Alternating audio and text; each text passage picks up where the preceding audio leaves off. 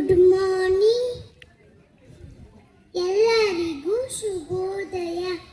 ನನ್ನ ಹೆಸರು ಸಾನ್ವಿಕಾ. ಇಲ್ಲಿ ನೆರೆದಿರುವ ಮುಖ್ಯ ಗುರುಗಳೇ, ಶಿಕ್ಷಕರೇ, ಶಿಕ್ಷಕಿಯರೇ ಹಾಗೂ ನನ್ನ ಪ್ರೀತಿಯ ಸ್ನೇಹಿತರೆ, ನಿಮ್ಮೆಲ್ಲರಿಗೂ ಕನ್ನಡ ರಾಜ್ಯೋತ್ಸವದ ಶುಭಾಶಯಗಳು. ಈ ಸಂದರ್ಭದಲ್ಲಿ ಕನ್ನಡ ರಾಜ್ಯೋತ್ಸವದ ಬಗ್ಗೆ ಮಾತನಾಡಲು ಬಯಸುತ್ತೇನೆ. ಪ್ರತಿ ವರ್ಷ ನವೆಂಬರ್ 1ರಂದು ಕನ್ನಡ ರಾಜ್ಯೋತ್ಸವವನ್ನು ಆಚರಿಸುತ್ತೇವೆ.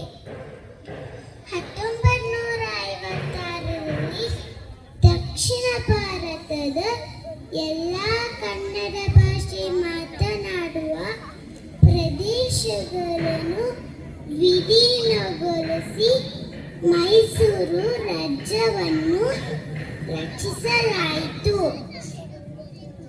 ನಂತರ 1973ರಲ್ಲಿ ನವೆಂಬರ್ 1ರಂದು ಇದಕ್ಕೆ ಕರ್ನಾಟಕ ಎಂದು ಮರುನಾಮಕರಣ ಮಾಡಲಾಯಿತು.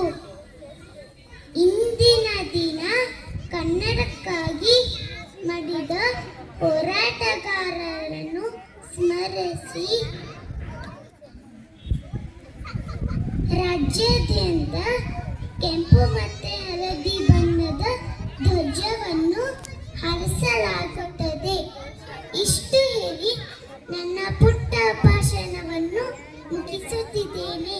ಎಲ್ಲಾದರೂ ಇರು, ಎಂತಾದರೂ ಇರು, ಎಂದೆಂದಿಗೂ ನೀ ಕನ್ನಡವಾಗಿರು. ಜೈ ಕನ್ನಡಾಂಬೆ, ಜೈ ಕನ್ನಡ.